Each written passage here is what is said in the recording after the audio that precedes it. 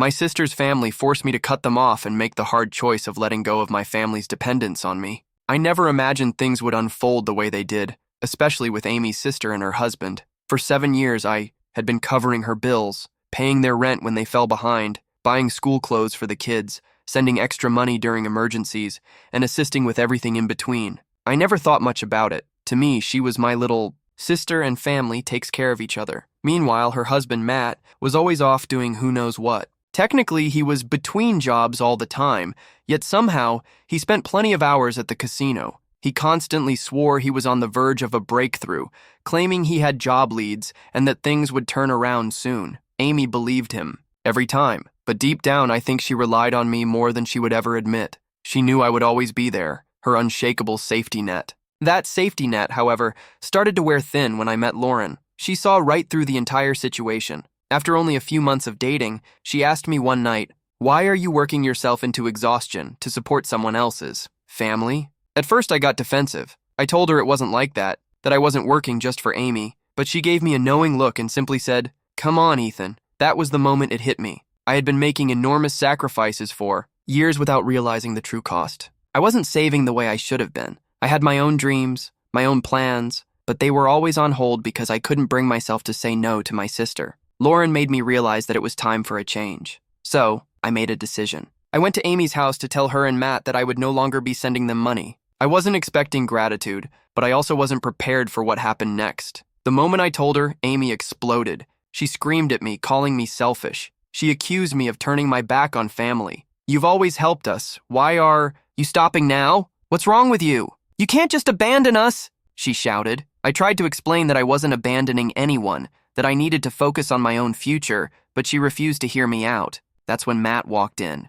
He must have overheard part of the conversation because he immediately confronted me. "Are you serious, man? Keep paying. She's your little sister. If not you, then who?" He acted as if supporting them was my lifelong obligation. His argument wasn't about finding another way to manage their finances or making things work without my help. No, he just expected me to keep funding their lives as if it were my responsibility forever.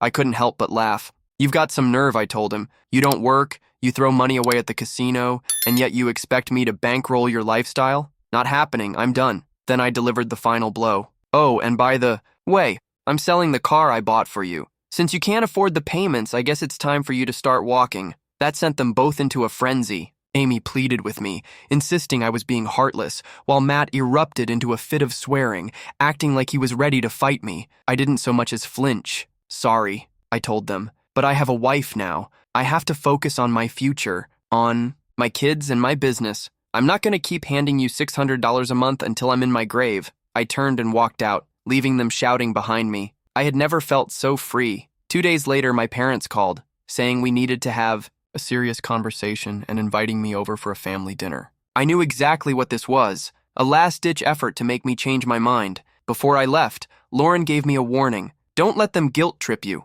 Stay above it." She was right, but I still wasn't prepared for just how bad it was going to get. That evening, I arrived at my parents' house, fully expecting an ambush. And sure enough, I walked into the dining room to find Amy and Matt already there, my parents sitting silently at the table like this was some kind of intervention. The tension was suffocating. Amy didn't waste a second. "Ethan, you can't be serious," she said, her voice trembling. "You really want to sell our car? How are we supposed to get the kids to school?" Matt immediately jumped in, playing the victim. "As usual. You know we're struggling, man. You've always helped us. Why stop now? You've got plenty of money. What's a little more time?" I leaned back in my chair and shook my head. "Plenty of money?" I repeated. "You think working 60-hour weeks, sacrificing my weekends, and never taking a vacation means I have plenty of money? You have no idea what it takes to keep my life running." Amy glared at me, her frustration boiling over. "You're acting like a stranger," she snapped. "Not a brother." Matt, as expected, piled on. "You're being heartless, man. Family doesn't turn its back on family." I looked at my parents, who still hadn't said a word. They were just sitting there, waiting for me to fold, like I always had before. I had always been the good son, the one who never caused trouble. But this time, I wasn't going to cave. I exhaled slowly and spoke with absolute certainty. "Here's how it's going to be. I'm picking up the car tomorrow. I already have a buyer lined up. Once that's done, I'm out.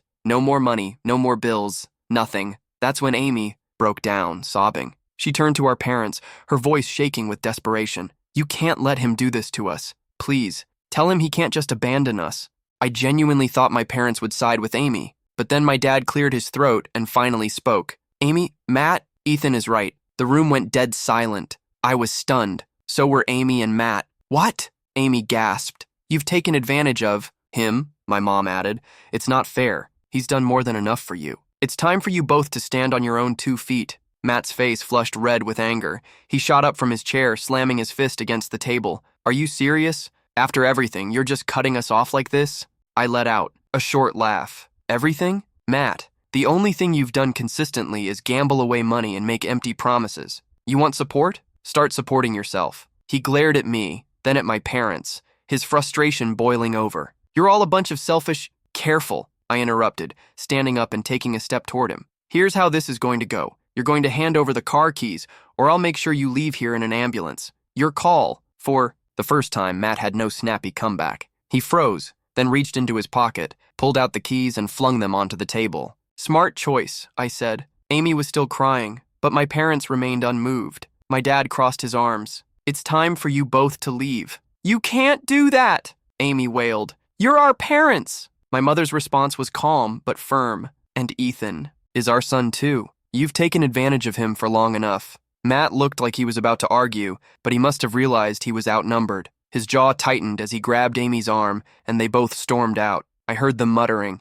as they got into a cab. Once they were gone, the tension in the room lifted. For the first time, my parents seemed to grasp just how bad things had gotten. We should have put a stop to this years ago, my dad said with a heavy sigh. Then he turned to me. I'm proud of you for standing up for yourself, Ethan. I wasn't expecting that, and out of everything that had happened that night, those words hit me the hardest. The next morning, I drove straight to Amy and Matt's house to pick up the car. I half expected them to pull some last-minute stunt, but when I arrived, Matt was just standing on the porch, arms crossed, glaring at me like he wanted to set me on fire with his eyes. He didn't say a word as I took the keys from him and got into the car. Amy wasn't outside. Maybe she couldn't bring herself to face it. I started the engine, rolled down the window, and gave Matt one final look. This was never supposed to be a permanent arrangement. You should have planned for this day. He clenched his jaw, his face unreadable, and watched as I drove away. Later that day, I sold the car, handed over the title to the buyer, and felt a small wave of relief. Another piece of their entitlement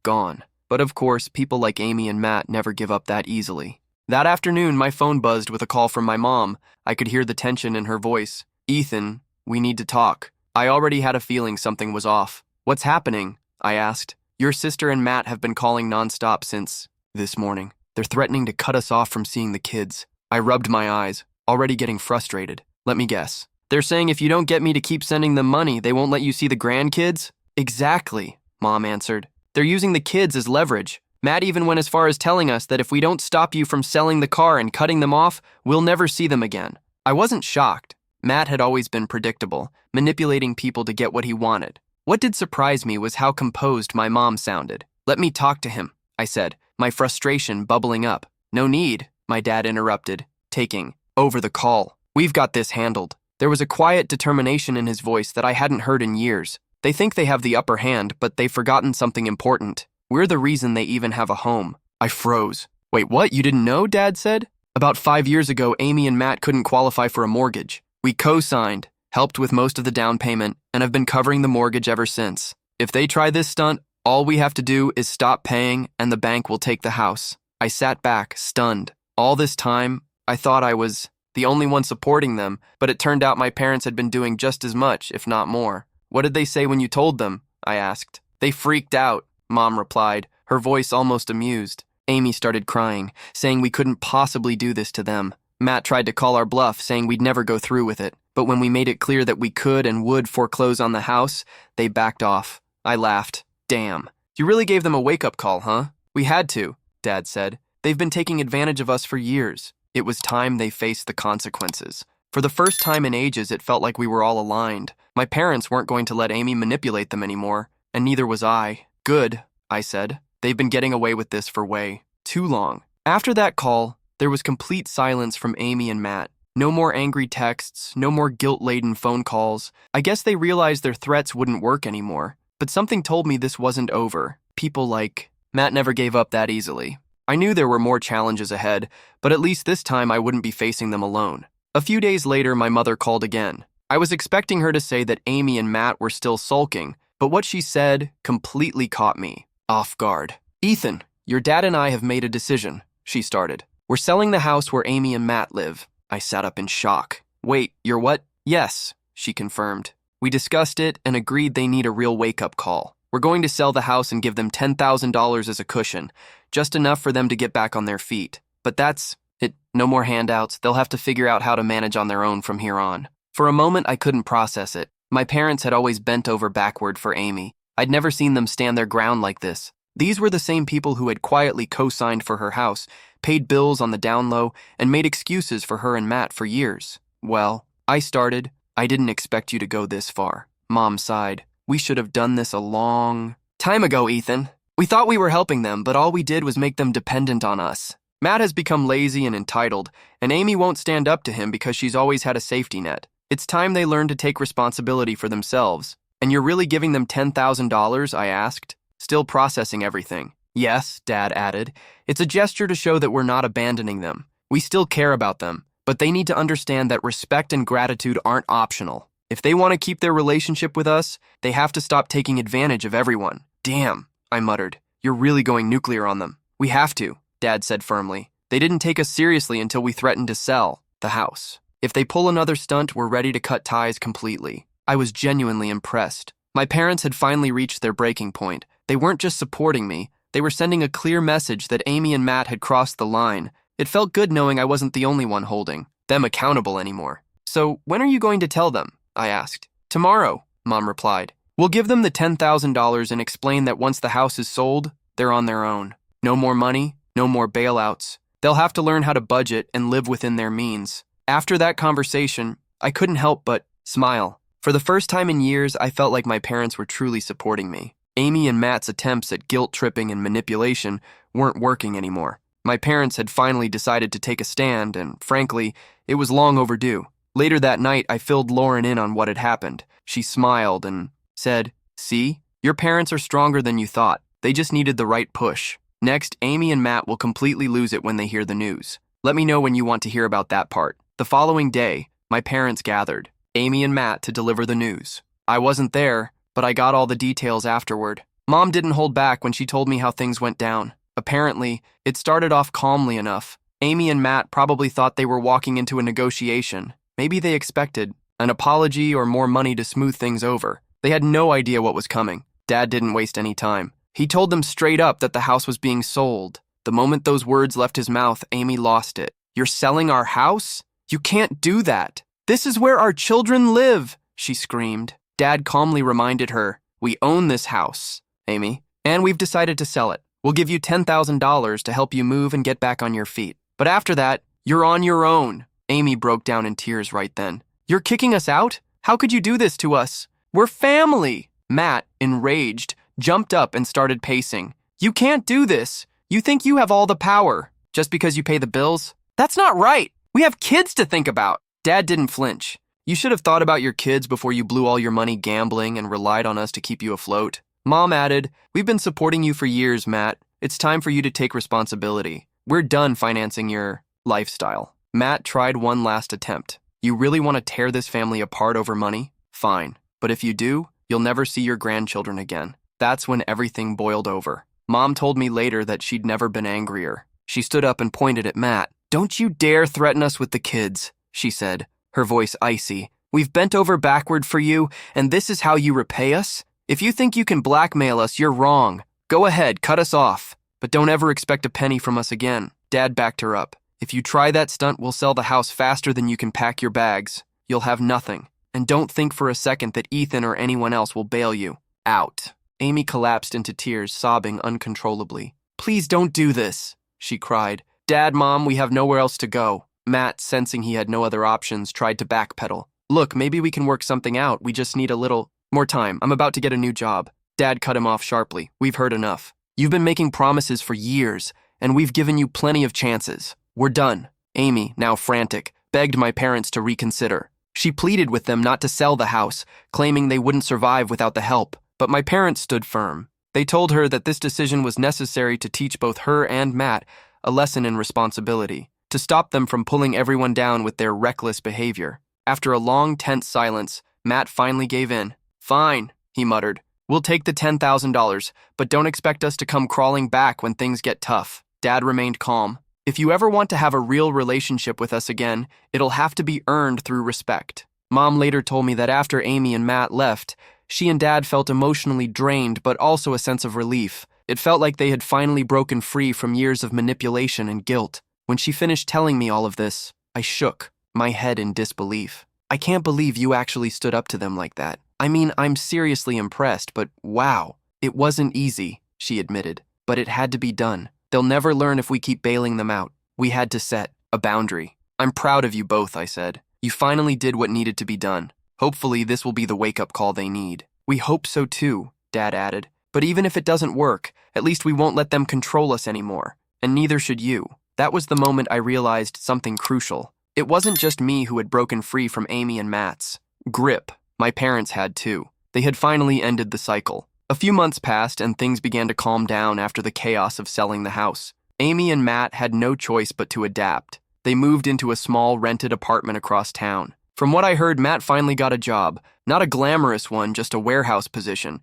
But for once, he was holding a steady job. I didn't expect him to stick with it, but so far he has. My parents have kept their promise. They haven't given Amy or Matt a single cent since that final confrontation. It's been tough on them, but they're managing. I think being cut off from the easy money has forced them to mature. Then, out of the blue, Amy called me. I hadn't heard from her since the night I took the car. At first, I wasn't sure what to expect. Maybe more drama or another attempt to make me feel guilty. But to my surprise, she sounded different, calmer, almost humble. "Hey, Ethan," she began. I just wanted to apologize." I didn't say anything, at first just letting her continue. "I've been thinking a lot about how I treated you. You didn't deserve the things I said. You were always there for me, and I took advantage of that. I'm really sorry." I could tell she meant it this time. There was no hidden agenda, no sob story, no manipulation, just a sincere apology. "Thank you," I finally said. "I appreciate you saying that." There was a brief pause before she spoke again. I miss having my brother in my life. We used to be close, and I want to fix that. I know things have to be different now, but I want us to have a normal relationship again." I took a deep breath, letting her words settle in. I wasn't angry at her anymore, not really. I had already moved past the resentment, but I knew things couldn't go back to how they were. There were boundaries now, and I wasn't going to be the one to fix everything for her anymore. "I miss having a sister too," I admitted, "but things have to be different. I'm here if you want to talk or catch up, but I'm not going to support you financially anymore. That part of our relationship is over." She answered softly. "I know, and I'm not asking for that. I just want to start over." It felt good to hear her say that. I knew it wouldn't be an overnight fix. There were years of bad habits to undo, but it was a step in the right direction. Since that phone call, we've been talking again, slowly, rebuilding our relationship. Amy seems more grounded now, and honestly, it's a relief. It feels like I have a real sister again, not just someone who sees me as a bank account. As for Matt, I don't hear much from him, and I'm fine with that. As long as he keeps working and stays out of trouble, I don't care what he does. He's Amy's problem now, not mine. My parents are happier too. Without the constant stress of bailing Amy and Matt out, they've had more time to focus on themselves. They've even started traveling a bit, something they always put off before. We've all learned some tough lessons, but I think we're all better for it. As for me, I feel free. My life is my own again. I'm saving for the future, growing my business, and starting a family with Lauren. It took years of frustration and a lot of drama to get here, but I'm finally in a place where I can breathe. Family will always be complicated, but for the first time, I feel like we're all finally moving forward.